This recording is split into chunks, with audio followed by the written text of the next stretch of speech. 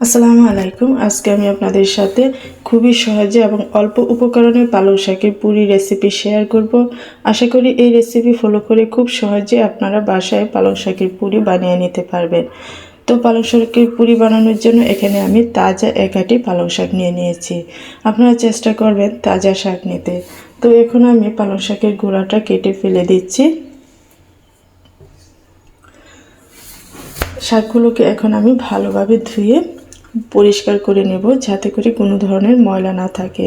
তো পালং শাকগুলোকে আমি ধুয়ে নিয়েছি ভালোভাবে। এখন চলে যাব চুলায়। এদিকে চুলায় আমি পানি বসিয়ে দিয়েছি গরম হওয়ার জন্য।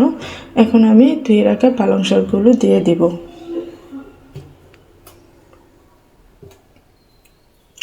পালং শাকগুলোকে আমি ঢেকে 2-3 মিনিটের মতো সিদ্ধ করে নেব। এখানে বেশি সিদ্ধ করার প্রয়োজন নাই, অল্প একটু সিদ্ধ করলেই হবে।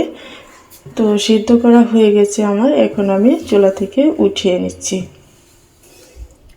চুলা থেকে উঠিয়ে শাকগুলোকে আমি ঠান্ডা করে নেব। এখন একটু নেড়ে চেড়ে দিচ্ছি যাতে ঠান্ডা হয়ে যায়। তো ঠান্ডা হয়ে গেলে শাকগুলো আমি একটা ব্লেন্ডারের জারে করে শাকগুলোকে ব্লেন্ড করে নেব। ব্লেন্ড করতে গিয়ে এখানে আমি এক্সট্রা কোনো পানি দিব না, এভাবেই ব্লেন্ড করে নেব।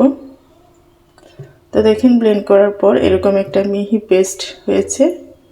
তো এখন আমি একটা পাত্রে নিয়ে নিচ্ছি 2 কাপ আটা। তারপর দিয়ে দিচ্ছি স্বাদ মতো লবণ।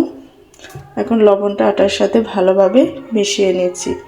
তারপরে দিয়ে দিচ্ছি 1.5 টেবিল চামচের মতো সয়াবিন তেল। তেলটাও আমি আটার সাথে ভালোভাবে ময়ান দিয়ে নেব। এখন আমি সেই পালং শাকের পেস্টটা দিয়ে একটা ডো তৈরি করে নেব।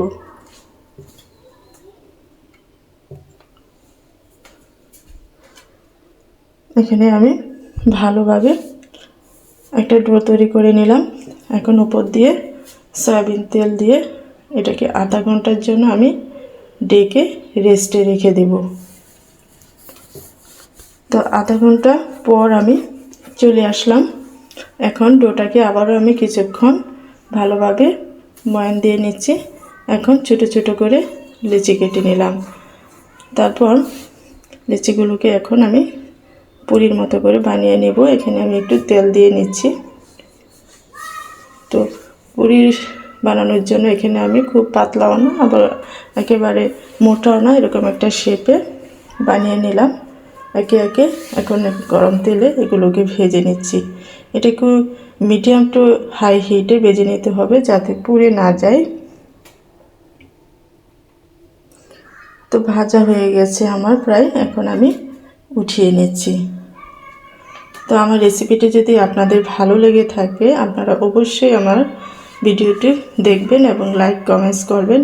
আর যদি সাবস্ক্রাইব না করে থাকেন আমার চ্যানেলটি অবশ্যই সাবস্ক্রাইব করবেন।